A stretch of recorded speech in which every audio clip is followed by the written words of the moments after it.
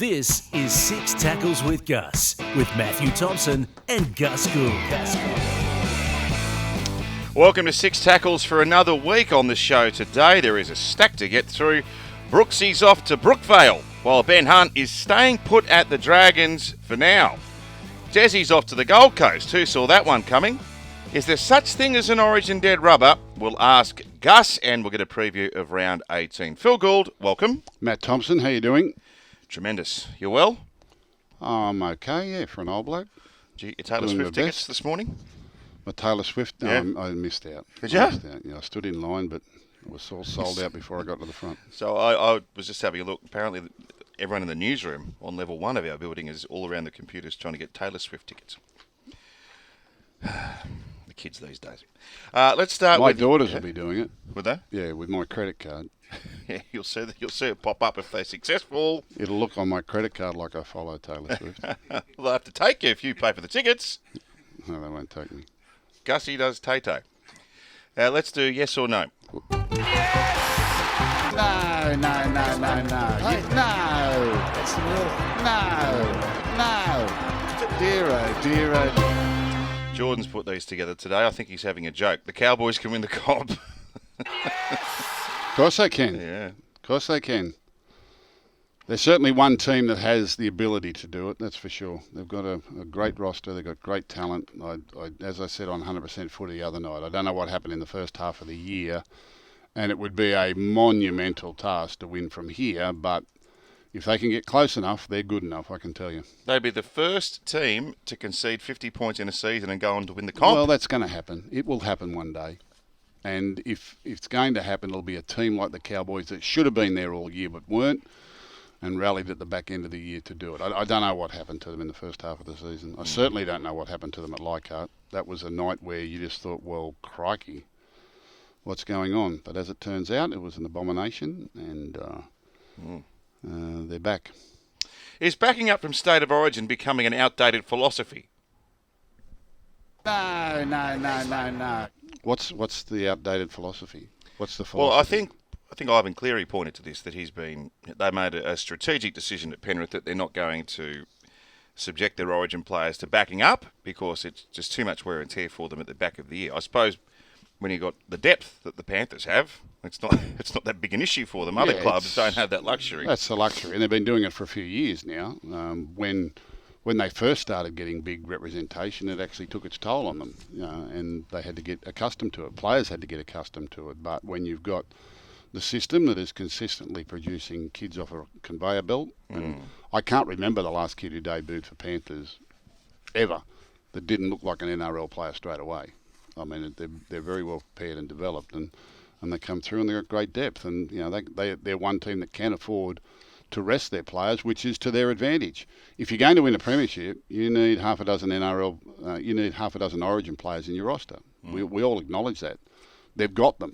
That's why they'll win this premiership. They'll be too strong again at the back end, unless a Cowboys or a Melbourne can find a way. I just can't see whether or not. I think it's Penrith at their best. They'll win the comp, but.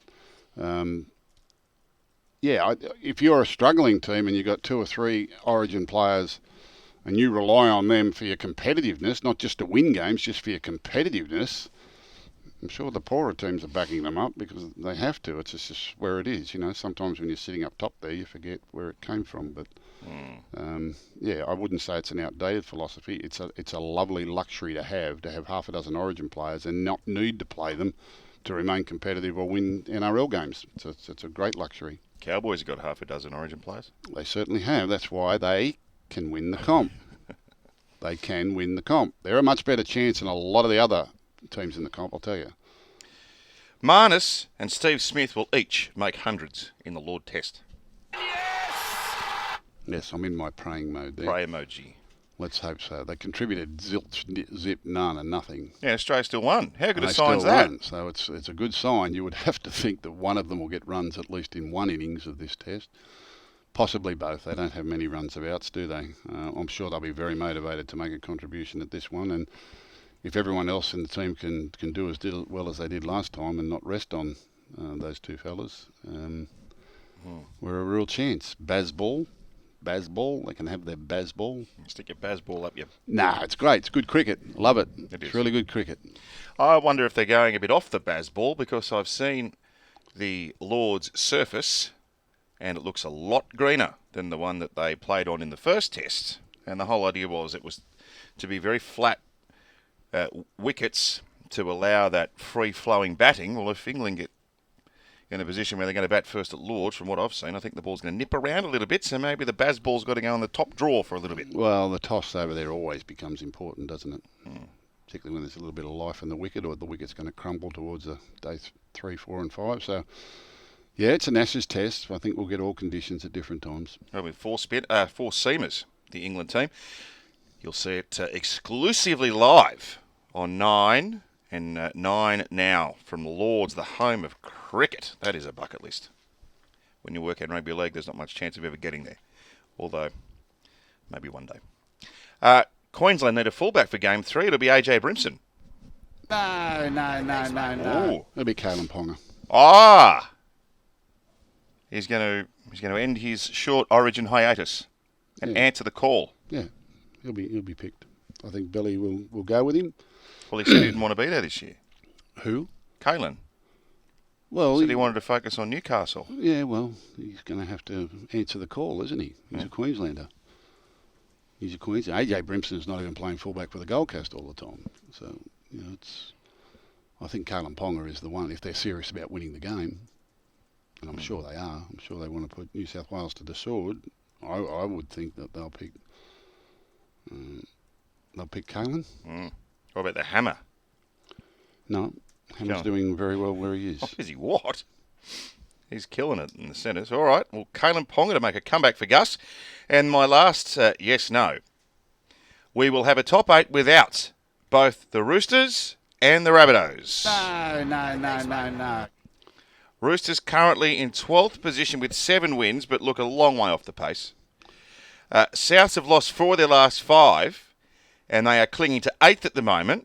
And they've got to travel over to Auckland to play the Warriors this week. And even their coach, Jason Demetrio, said at the weekend that they have to get their act together if they want to feature in September. So he's not really enjoying what he's seeing from his team at the moment. And the game we called on Sunday, the Cowboys, they held them relatively easily, I would have thought. Yeah, it just shows when a couple of players are missing how some teams come back to the field a little bit, doesn't it?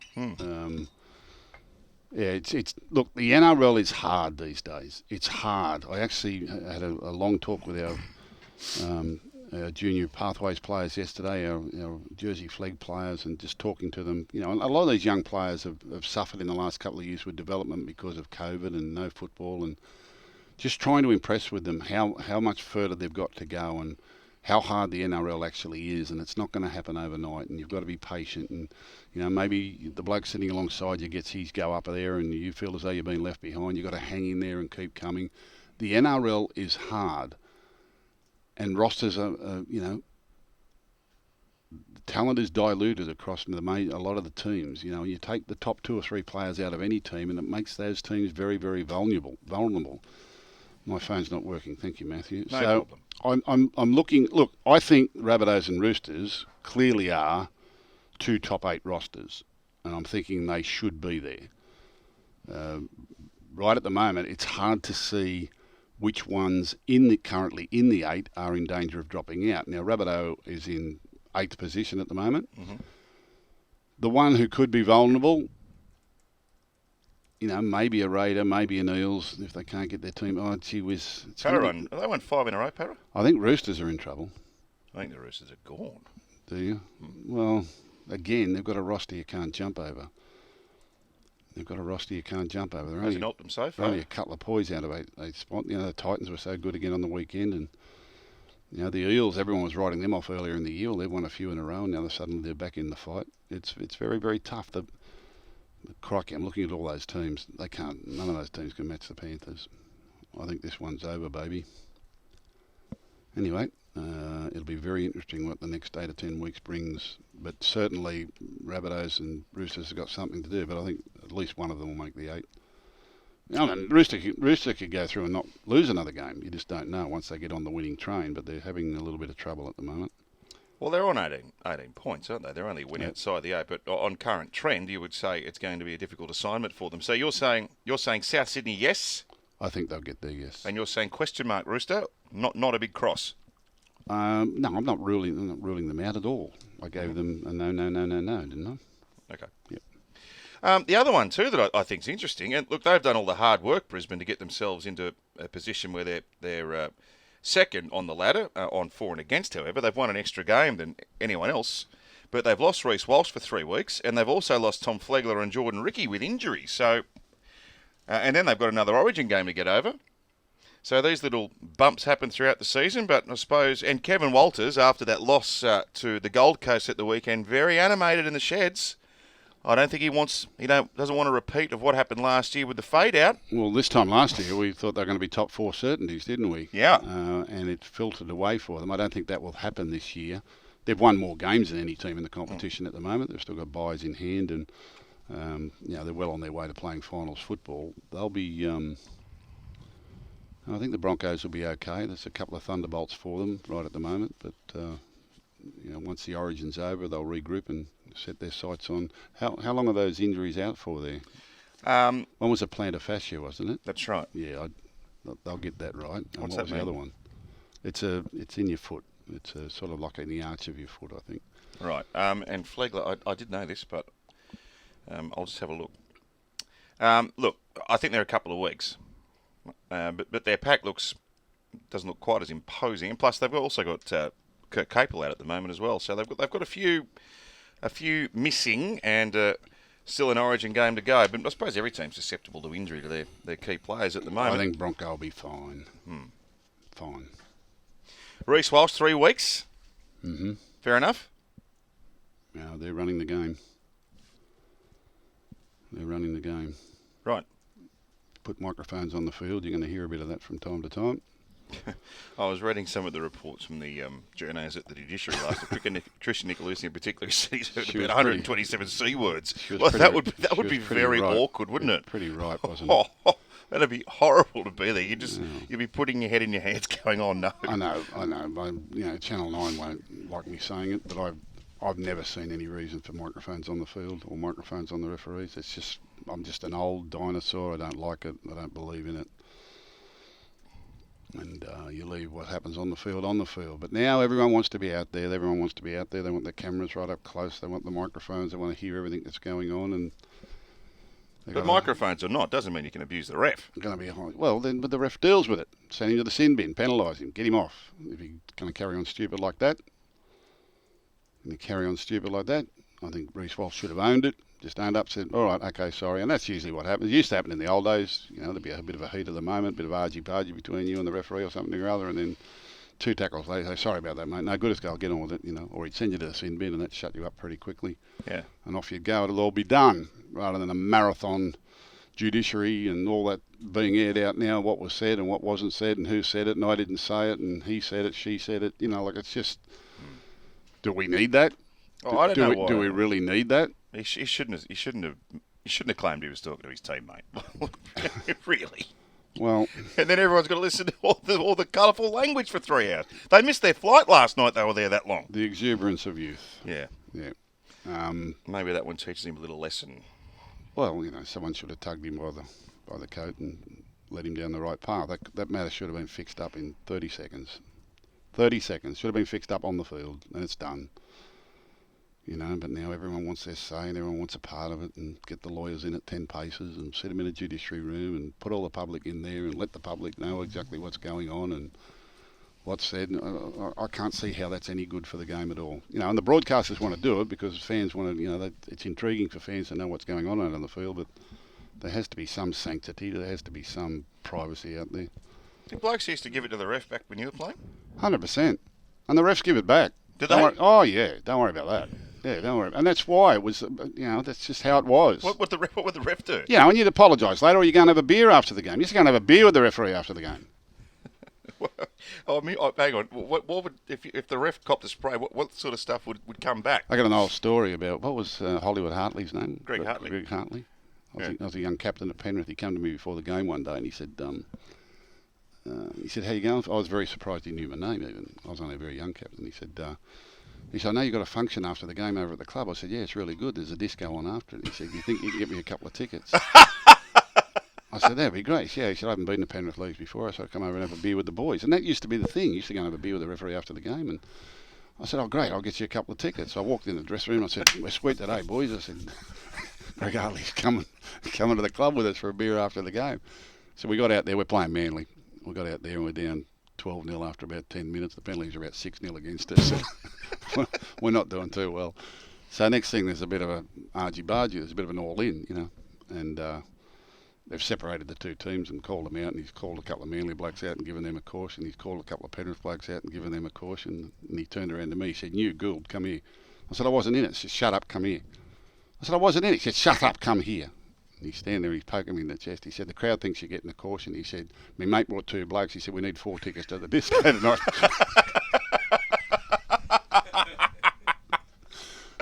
Oh, that's too good. I hope you level the penalty count up a bit for you. It wouldn't matter. We weren't that good. It was actually wasn't bad. Fatty played that day. Really? No, I think he did. Yeah, So he came to the disco? Long way from Manly. A long way from Manly. Yeah.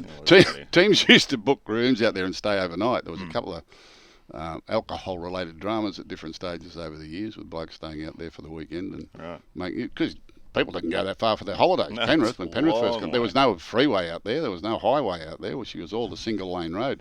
My grandparents used to live at St Mary's. I was born at Tempe, Newtown, and lived in the Cooks River lockup down there at Tempe. It's still there, little concrete house down there on the Princess Highway at Tempe, right opposite the bus depot there. So the Cooks River lockup? Yeah, it's a lockup. It was a little one-man police station with 2 jail cells. Dad was a policeman. Yeah. And the first 5 or 6 years of my life, we lived in the Cooks River lockup. I enrolled in kindergarten at Tempe. Gus lived in a jail for the Tempe first public 4 school. or 5 years of his life. How about that? It was had 2 jail cells. And him and remember the famous footballer Chickamore, Brian Chickamore? He was Dad's buddy in the police force at Newtown Police Force, and they'd often bring drunks home and throw him in the jail cell out there, and you'd hear him carrying on. That's too cool. It's still there. It's still there at Tempe down on the highway. Anyway, Mum and Dad bought a block of land out at Marylands, and we lived out there. But every Sunday we'd go out for the family luncheon at St Mary's, and it was an hour and a half, little one-lane highway, all the way out and all the way back. And my grandfather would chop the heads off a couple of chickens, and we'd have roast chicken for lunch. He'd send me down to St Mary's, down the main street of St Mary's with a shilling. Get a shilling's worth of chips. It would feed a family. Shilling's worth of chips. Shilling is like 10 cents now. Shilling's worth of chips. You could come home with a bag this big of hot chips. We'd have chicken and chips on a Sunday. That was our day out. But it used to take an hour and a half to get from Marylands to St Mary's. I vaguely remember. So people didn't go that far for their holidays when Penrith came in the comp. I vaguely remember you took the Great Western Highway everywhere before the M4 from the west. It took a long time. Long time. Speaking of Manly... And see, in the old days, pubs didn't open on Sundays. Pubs weren't open on Sundays. You had to be a bona fide traveller. So places like the Wallacia Hotel, and there was a couple of pubs in Penrith that would be open on a Sunday, but you had to prove you'd come a certain way to do it. So people used to drive all the way out on the narrow road all the way to Penrith and sign in as a bona fide traveller on a Sunday. Otherwise, you couldn't go to a pub. To get a beer. There was no pubs. There was no pubs open on Sundays. Shops used to shut at midday on Saturdays. Yeah, I know. Yeah. Oh, the old days. Yeah. It's a walk down memory lane today. Yeah. Oh, the old days. Yeah, Greg Hartley. He said, my mate bought 2 mates. I need 4 tickets. So he went to the disco? Yeah, they came. Yeah, they came. Referees used to do that in those days. Could you imagine a referee now asking for a ticket to the disco? Yeah. The nightclub. But you'd be on the field. Like, you'd often have argy-bargy with the referee, and then 2 tackles later you get a penalty. So sorry about that, mate. No, it's good. I'll get on with it. All good. Or if you'd actually gobbed off at him too much, he'd say, good, you go 10 minutes. That shuts you up pretty quick. Off you went. That's what should have happened on the weekend. Did he get sin bin? I don't think he got sin bin, did he? No. Why not? Oh, well, he marched him 10 metres. Right. Yeah, I think that was pretty much it. Well, why didn't he sin bin him? Well, I think Carrigan might have dragged him away from memory. It doesn't matter if he said it, he said it. No, yeah. I don't know. He should have been sin bin. Yeah. Anyway, what happened last night was farcical for the game. It was a bad look for the game. It's me, take the microphones off him. Leave it out there. That's my solution. But all the goodies will hail that down. Well, Luke Brooks is pleased that there's better road infrastructure from Sydney's western suburbs to Manly because he's going to play there next year. Don't have to pay a toll anymore. In the old days, you had to pay a toll. Yeah, and in cash. In cash. Yeah. Had to drop the coins in the bucket. Now they just charge a credit Well, card. no, in the old days, you had the old bloke with his hand out. Yeah. You know, pay your toll as you go across the bridge. They all ended up with lead poisoning. Queue up for hours. Well, Brooksy won't be paying change, but he'll be using his e-tag. And he's doing it for, I reckon he might move. 4 years. 4 years for Luke Brooks. Yeah, well, look, he's 28 years of age. He's 28 years. You look at. I've actually got the numbers there, and I've got the graph there. I can't find it on my phone. I won't try and look for it at the moment. Look at the rankings of all the top halfbacks in our game, and they're all over 31, 32 years of age. Mm-hmm. All right, our halves, our chief playmakers, and the likes of Cronks and Thurstons and these fellas played until well into their mid-30s. The best halves in the game at the moment are all in their mid-30s. You can imagine how good a Nathan Cleary and a Jerome Luai are going to be when they get to that age, Munsters and those sort of fellas. It takes a long time to be able to command a team and do that. They write young halfbacks off way too early. Luke Brooks is 28 years of age, 200 games under his belt. Now, you go around and ask the blokes that have played 300 how they felt at 200 and whether or not they thought the best part of their career was still in front of them, and it is. Luke Brooks has got the best part of his career still in front of him. You know, I've said for years that Luke Brooks is a victim in the whole West Tigers saga. He's a victim. It was really unfortunate that they lost Moses and Tedesco and Aaron Woods at that time and what the club went through. It was really... And Luke Brooks carried the bag for all of that. And he didn't get much help, I can tell you, and it was very, very difficult. But he's now made a decision for himself, and I think it's a good thing, and I think he's going to be a raging success at the Manly Sea Eagles. I can't see Cherry Evans going much beyond next year, if he plays next year. And I'm not saying I have any information on that, but you know, he's going terrific, but you don't have to go until you're absolutely burned out before you retire. He's right on top of his game at the moment, but he's 34 years of age. So the insurance for Brooks by signing for 4 years means that he'll still be 32 when he comes off this contract. You know, which a lot of our top halfbacks are at least that and more at the moment. And you go out and try and buy one. Yeah, that's right. Go out and try and buy a halfback, right, that can command a team and lead you around the field and make all the other players in your team better. They're hard to come by and they're extremely expensive. I think it's a great buy, and I think he'll do a great job, and I'm very, very happy for Luke Brooks, and I think the best part of his career is in front of him. And to have 1-2 years playing with Daly Cherry Evans That's is a bonus. going to be enough. That's a bonus. Will help encourage the best out of him because, as you say, he's been, early in his career, he was their chief playmaker, and he's had no consistency with someone to combine with in the He's halves. had 38 different halves with him, Yeah. fullbacks, and the whole thing, that was terrible what happened to the Tigers. You know, losing those players, and then their recruitment after that was awful, just awful, and it put the Tigers behind the 8 ball for another 5 years, didn't it? Trying to clear all that out. When someone, when clubs get it wrong, and it's not, they're all trying to win games, but if you're just recruiting to win this week's game, you're always in trouble. You've really got to be patient, and you can get yourself into terrible trouble. And when you recruit like that, and you pay way overs for a group of players that can't do the job and for whatever reason don't even get on the field, that takes years to get out of the system. You don't solve that in 5 minutes. No. They're probably still trying to solve it. Well, of course they're trying to solve it. Of course they are.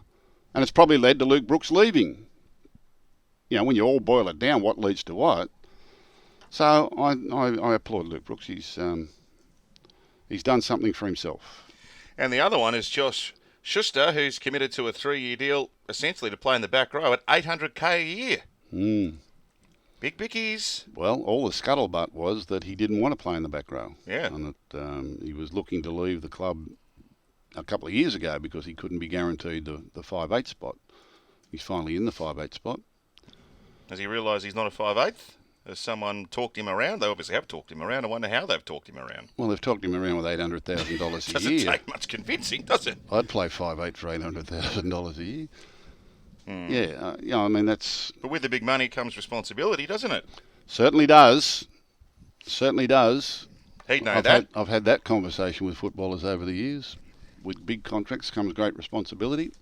It's you want the big bucks. You got to make the big plays. It's a gamble. It's a gamble for the club. He's a prodigious talent, no question. But he's had to miss games over the last couple of seasons because of lack of fitness and injuries, etc. So that's an area that he has to make sure he gets right. They're investing in the future, and when Cherry Evans does go, I assume Luke Brooks goes to halfback and Schuster goes back to 5'8". In the short term, I don't know how long Daly Cherry Evans is going to go, and I'm sure I thought I heard him say that he wouldn't go past the age of 35. Oh, I thought he signed for another couple of years last year. Yeah, but I think he can stay as long as he likes, stay as long as he wants to. But I think he himself, I'm sure I heard him say that he didn't want to play beyond the age of 35. And, you don't have to go till the end. You don't have to go until the last drop is gone and you're heavy-legged and you can't keep up and people are talking about what a great player you were. Why can't you go out on top sometimes, and really enjoy your last season? We see far too many players go that 1 or 2 years. You're too trying long. to retire him off because the Blues can't I'm not. win. He wants him gone. He ran down Stephen Crichton the other day. He's not retiring. I'm sure they'll have a number 7 up there to take his place. Someone ready to go. I'm sure they'll have one ready to go. Well, Ben Hunt, he's another one. Now, God, it's been a weird old week. Daly Cherry Evans is one of my favourite ever players. I could never understand the knock on him. I don't think there is a knock anymore, is there? Well, no, he's proven himself over and over and over again. Like he had nothing to prove to me, but people tended to doubt him for a while. Like halfbacks come in all shapes and sizes and all different types of personalities. And what people want from a halfback, it's one role that's important to every team, but it's been played by a number of different styles of players over the years. They don't all have to be cut from the same rug. They don't all have to be. They all have different attributes. Some are just brilliantly fast and elusive and spontaneous, and there's some young halfbacks at the moment that I think are getting a real raw deal. And over the last few years, there's been some talented young halfbacks that just got big money way before their time, that were given responsibility way beyond their years, and it ruined them. It just did. You've got to be really careful with that, in how you bring kids and the expectations you put on them and how their career evolves. It's because they're only getting to Luke Brooks's age when they've worked it all out. They've actually worked it all out by then. You look at a prime example. Look at Benji Marshall at the beginning of his career and the back end of his career. Yep. 2 completely different sort of players. Absolutely. But same bloke. Right? That's what experience does for you. Johnson's a bit the same. Sean Johnson, look what he's doing now. It's just brilliant. And they mould, they learn their craft, and they learn their responsibility to the team. They understand how they can impact teammates, bring teammates to life, how they can help their teammates take the bruises out of the game, how their kicking game is really important, their delivery, the direction they give the team is far more important than the fancy flick pass or the goose step or the chip over the top when it shouldn't have been on. But the exuberance of youth makes that happen for you. And then you get other players who get to their senior years and sometimes you wake up one morning and it's gone. There's no rule to that either. When your career should end. Sometimes you wake up in the morning and it's just gone. You don't know where it went. Father Time's undefeated, mate. But this idea that you have to keep going until you've exhausted every last ounce. You don't have to do it like that.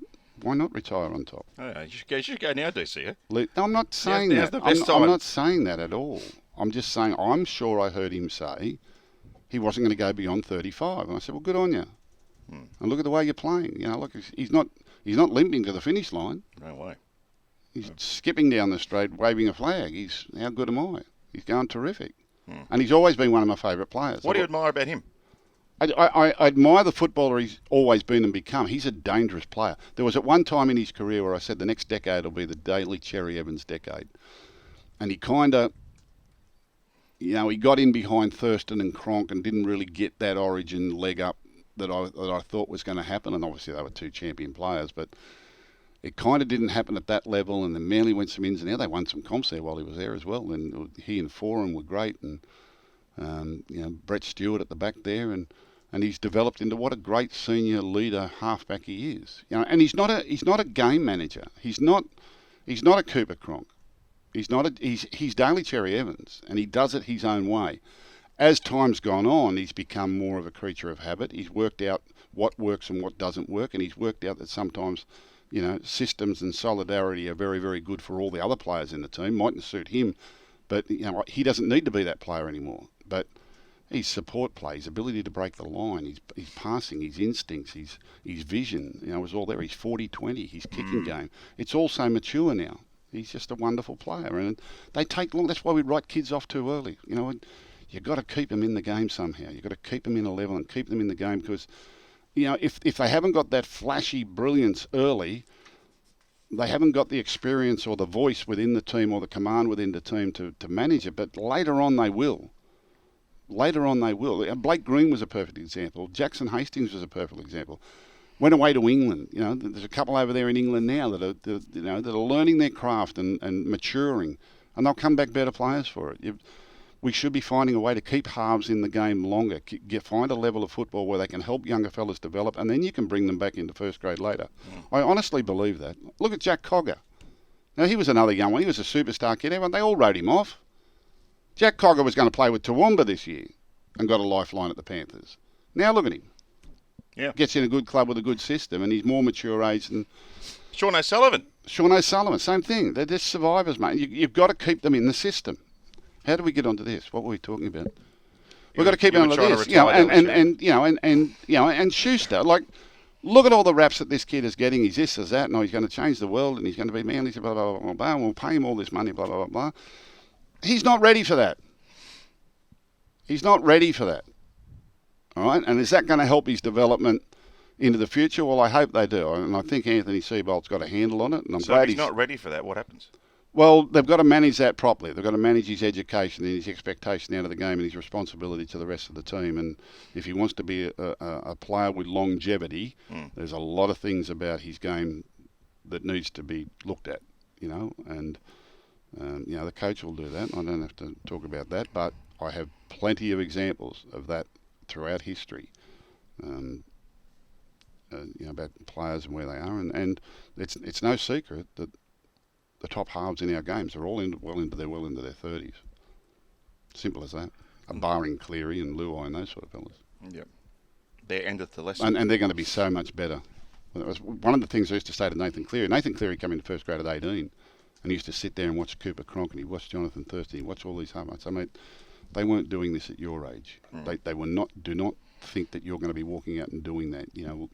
Take it slowly. What are you good at? I'm good at defending. I'm good at support play. I'm good at kicking. All right, well, let's concentrate on those three things. Then we'll learn a passing game. Then we'll learn to direct the play.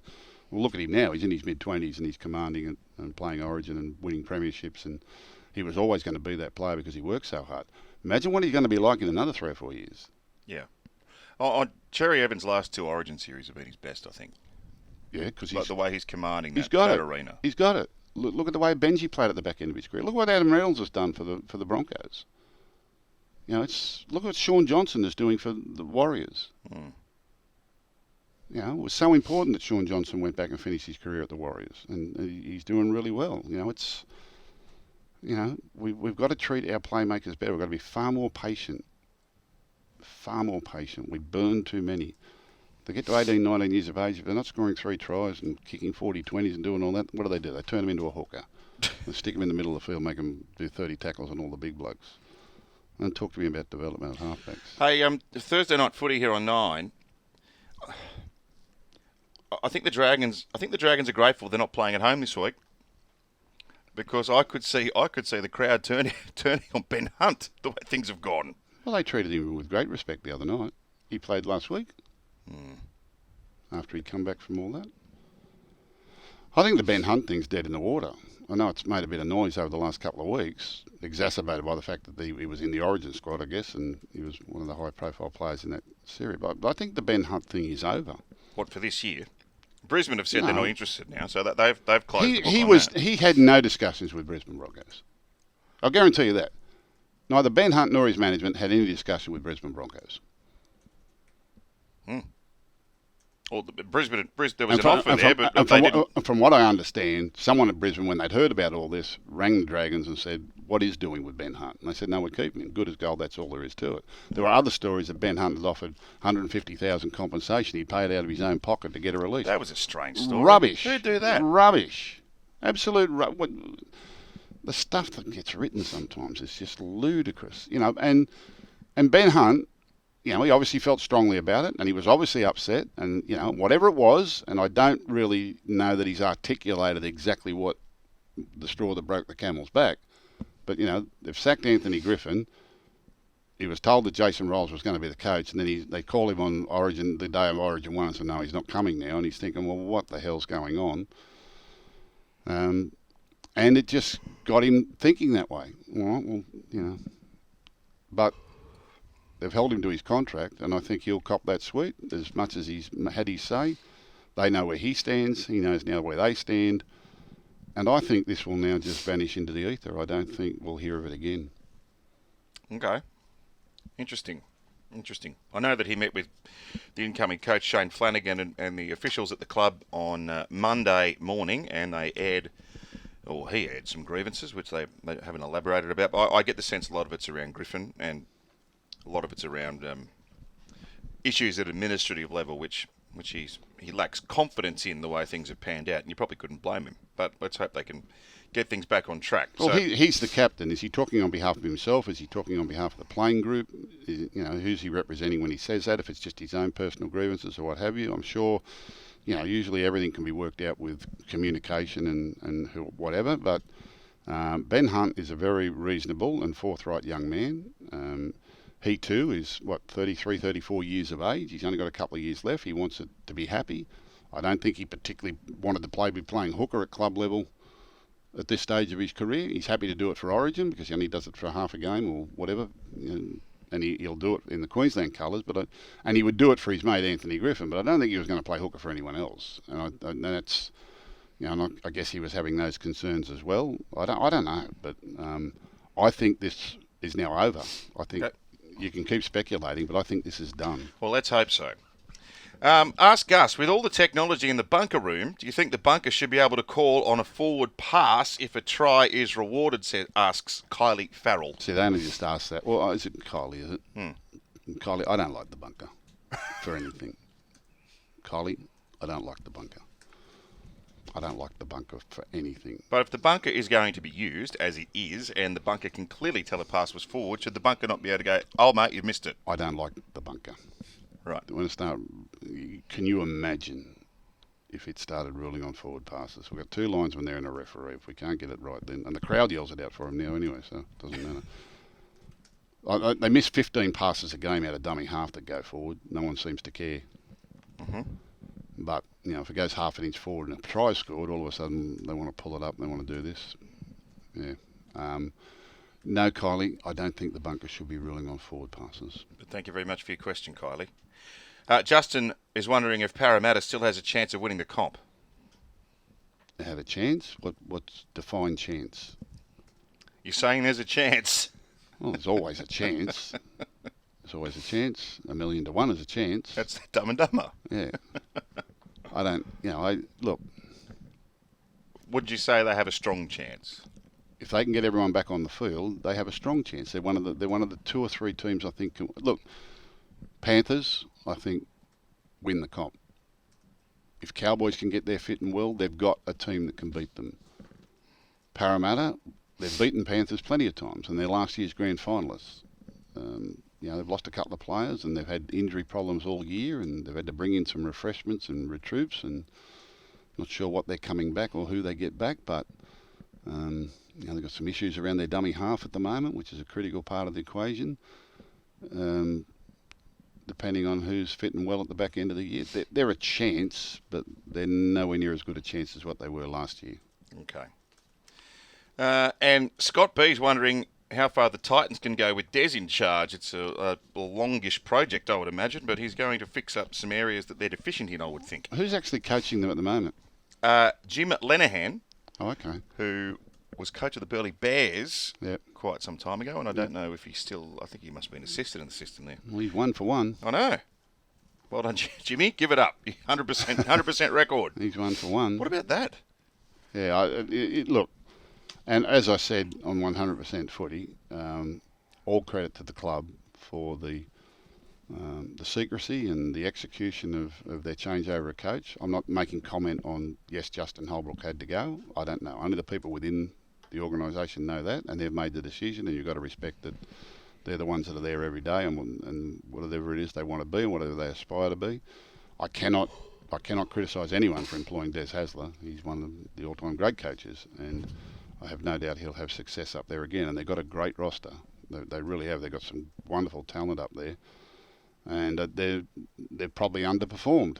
Given the way that they attack and accumulate points, they just haven't had enough resolve around their defence, which certainly took a turn for the better on the weekend against the Broncos. Looked much better, and they've got a team that can score points. So I think Des will have a very enjoyable coaching stint up there. I think he'll put a bit of steel into them, and it'll be a turning point for the Titans. It'll be wonderful if a Gold Coast team can actually rise to the top 4 and stay there for a few years. Indeed. Okay, 6 tackles trivia. I like this question. Reece Walsh and Jerome Luai became the 4th and 5th players to be sent off in an Origin game last Wednesday. I forgot they were even sent off. It was right at the end. Sent off with 10 seconds to go. Yeah. Can you name the other 3? That were sent off? Yes. So Jerome Luai and Reece Walsh were the 4th and 5th players sent off in an Origin game last week. Can you name the other 3? A little break while Gus ponders his question, and we'll be back to preview round 18 of the NRL. Phil Gould, there have been 5 Origin players sent off now. The most recent, Jerome Luai and Reece Walsh. Who were the 3 before them? Should never get sent off in an Origin. That was soft send-offs for an Origin game. And one of the blokes had headgear on. Green, what's his name? The Penrith boy. Greenfields. Jack and Jill went up the... Greenhill. Yes, Craig Greenhill. Craig Greenhill got sent off. I think he might have been the first. He was. Who got sent off after that? The other one's a very famous one. A very famous one. Sent off. Yeah. Famous player, famous ref.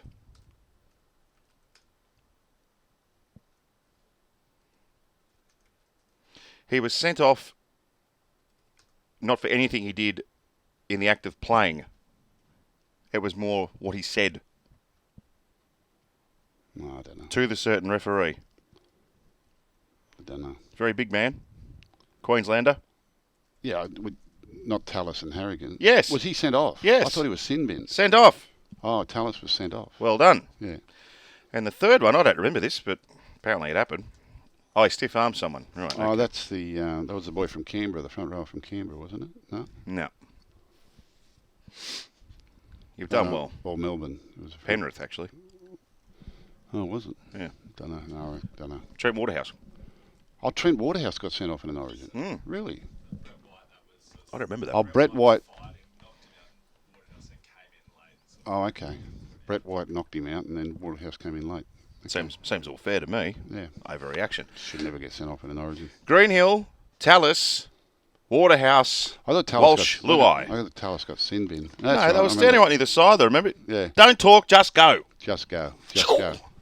Score ended up 50, didn't it, that night? It was one of those frustrating nights, and Gordy let the frustration get the better of him. Yeah. Okay, well, we covered some territory today. We did. I'm not going to worry about talking about Origin 3. We'll wait till next week. Let's talk club footy. Thursday night footy, like I say. Sharks Dragons, you'll see it here on 9 from PointsBet Stadium. I'll just bring up the team news here, and I don't think there's anything too significant, really. In fact, I think Cronulla have got the same lineup as they took into their last game. And the Dragons, well, we know they've got it all ahead of them. And thanks to Bluebet, and remember to ask yourself what you're really gambling with, and gamblinghelponline.org.au for free and confidential support. Sharks $1.10, Dragons $7. Yeah, look, Sharks will probably win the game. I don't know whether the margin between the two will be that great. Sharks got absolutely flogged by the Storm, then had a training gallop against the Bulldogs at home against a very weakened Bulldogs side, and then had the bye. So I'm not sure that we can say they're completely recovered from what happened against the Storm. And the Dragons, I keep saying all year, are a better team than what their performances indicate. Maybe with the Ben Hutt stuff now, subsided, and I think the Dragons will give a good account of themselves. Local derbies can be very, very tricky. You saw that with the Titans and the Broncos last week, and this is one of the great local derbies. So I'll be very, very interested to see how the Dragons come out of the blocks on this one, and whether or not the Sharks have truly recovered from the thumping they got some time ago. So I wouldn't be saying the Sharks are back just yet. I'm going to tip Shark, but the margin won't be as great as people think. Well, the Dragons got belted against the Warriors. Belted. Yeah, but they had a tough week. All right. Friday early game. Speaking of Warriors, gee, this is an interesting game. Over at Go Media Stadium in Auckland, which is the old Mount Smart, they host South Sydney. Warriors $1.70. South's at $2.15. Mitch Barnett replaces the injured Murata Niokore. Josh Curran comes into the second row. And Jacob Host is out suspended, so Michael Cheekham comes into the starting team. Saliva Havili returns to the bench after a game in the New South Wales Cup last weekend, and Shaq Mitchell is also on the bench. Jed Cartwright and Peter Marmazelis drop out. Yep, I'm going with Warrior. I think they're a serious team, going really well. Played great against the... I know it was only the Dragons the other night, but they played great against them, and the Rabbitoh is just having a little mid-season slump. They need to snap out of that, and I suppose they can win this, but I would be favouring Warrior to win this. Our cracker for Friday night footy is Melbourne versus Penrith at Marvel Stadium, Melbourne. Now, wait a minute. Paul Gallen said that Panthers were favourite here. They're not, according to Bluebet. Storm are the favourites. Yeah, $1.80 Storm, $2 Penrith. I think Panther will win comfortably. I really do. I know it's tough for the two great sides, but I think Panthers will win comfortably. Okay, Munster's in, obviously. And all the Penrith Origin blokes are in, but Cleary's still out. Panther to win. I'm going down to Melbourne to call that one. So am I. Poor old JT's been sick since Origin. He's picked up a nasty virus up there. So they're flying me in as a replacement. Good. I don't know how we get to the commentary box at Marvel Stadium. It's an AFL ground. The indoor one. Is that the one that's always been there? I've called games from there before. The one with the roof on it? Yeah. That's where we're going. Yeah, I've called games from there before. Yeah, we had Origins there. Oh, right. Yeah. Is it a good view? Yeah, it's lovely. Yeah, it's an oval ground. It's an AFL ground. Yeah, but it's it's brilliant. Love to see the roof closed. Will the roof be closed? I don't know. I think it will. Gee, it'd be good if it was. Yeah, and because it's really cold down there, like it's only about 7 degrees overnight and only gets up to about 12 during the day at the moment. Yeah. It's like putting the lid on an esky. It keeps everything cold. You'd think it'd keep the cold out. It doesn't. It actually keeps the cold in. Oh, excellent. Yeah. Well, I hope they close the roof. I reckon that'd be fun. Yeah. Raiders hosting the Titans at GIO Stadium at 3 o'clock Saturday. Raider $1.67, Titan $2.20 off the back of their big victory over the Broncos. Josh Papali'i is out, however. And Tino Fa'asuamaleaui comes back after being rested last week. So one big name prop drops out for Canberra, and the Titans get one big name prop in. Yeah, I think the Titans are a certainty there. Certainty? I think Titans will beat the Raiders. Whew. I think Panthers will beat the Storm. I think, I think they'll both be winning. Okay. Cowboys, Tigers, Queensland Country Bank Stadium. Cowboys $1.19. Tigers $4.75. Dane Laurie's going to wear the number 6, and I think Jason Taumalolo has a chance of coming in. It's a funny game, rugby league, isn't it? Rugby league's a funny game, played by funny people. Because just a few weeks ago, the Tigers beat the Cowboys 66 to what? Not much. 66 to 12 or something? 16 or something. Yeah, 66 to 16. The Tigers beat the Cowboys, and they're $1.19 favourites. I know. Funny game, rugby league. It's a funny game, isn't it? Isn't it a funny game? Cowboys will win that one. Yes. Now, I'm really interested in who you're tipping in this. Wasn't the last time they played up there the one with the penalty after the full-time siren or something, wasn't it? Yeah. Tigers might have them. Yeah, Tigers might have a little wood on the Cowboys. You never know. It's a dangerous one for the Cowboys. They're getting plenty of reps now. Someone said they could win the comp a few weeks ago when they were running 16th. I know, big call. They're getting a lot of reps. Saturday, 7:35. The first rugby league game, David Middleton tells me, played at the Gabba since 1957. The Gabba used to be a dog track. Yes. Used to have greyhounds there. Yes. Yes. I'm sure I played at the Gabba back in the old days. Well, if it's the first rugby league game played since 1957, probably not. Oh, no, I didn't then. Maybe you played a junior game there. Maybe I went to the Dogs there. That might have been it. They might have played junior rep footy there or something. So listen, the Broncos are $1.30 with no Reece Walsh, Yep. those two blokes I mentioned, and the Dolphins are $3.50, and they pretty much got a full strength side now. Dolphins were down 42-4 at half-time last week against the Eel, weren't they? Yeah. Yep. I think Broncos will still be too good there. I'm going to tip them. Bulldogs Knights, Sunday, who you got? Who's back? Any news? Come on, Bulldogs. And then Sunday footy, how big a game's this? Over at Four Pines Brookvale, where Manly is $1.80 and the Roosters are $2, and Jake Trebojevic is going to come back in. So's Jason Saab, so's Brad Parker. Who else? Kelma Tuilagi is back as well for Manly. Ben Trebojevic is back on the bench, so they've finally got some troops back, and it's sort of the opposite for the Roosters. I'm having a look through here, and so their pack reads Rhea Hargreaves, Turpin, Collins, Radley in the second row, Nafahu, White and Nathan Brown's going to play a lock. The bench is Hutchison, Terrell May, Sua Wong, who you've been touting for a while, and Fletcher Baker. So they've got a lot out. And Sanders Smith continues in the number 7. Yep. Now, it's Beanie for Brain Cancer weekend. It is. All right, let's make sure we get that on before we go because it's really important. It's a subject that's very close to our hearts here at Channel 9, and we're raising funds and awareness for the Mark Hughes Foundation. Buy your beanies at the football. Everyone supports this. You'll see everyone at the footy wearing their beanies on the weekend. And Channel 9 staff and celebrities will be walking from Newcastle as of Friday, from Newcastle down the highway, and they will arrive before kick-off at Four Pines Park on Sunday over there at Manly, the old Brookvale Oval, for this game. So I just needed to get that plug in there. Very important weekend, the Beanie for Brain Cancer round. And all the beanies are for sale at all the games, but you can go to the Mark Hughes Foundation website as well, and you can buy your beanie online. All of those online, but we'll be out there selling them on the weekend. I'm going to tip Rooster.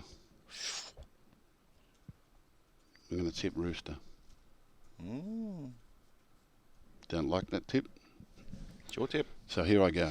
Shark, Warrior, Panther, Titan, Cowboy, Bronco, Bulldog, Rooster. Rooster. A few outsiders for Gus. Thank you very much. Always good to catch up for 6 tackles with Gus, and I'll see you in Melbourne. And it sounds like we need to take a couple of coats. My mate brought 2 blokes. He needs 4 tickets to the disco tonight. I went back and said, I think we're off here. And he got absolutely belted in the penalty count. We'll be back for 6 tackles with Gus next week. What are you really gambling with? For free and confidential support, call the number on the screen or visit the website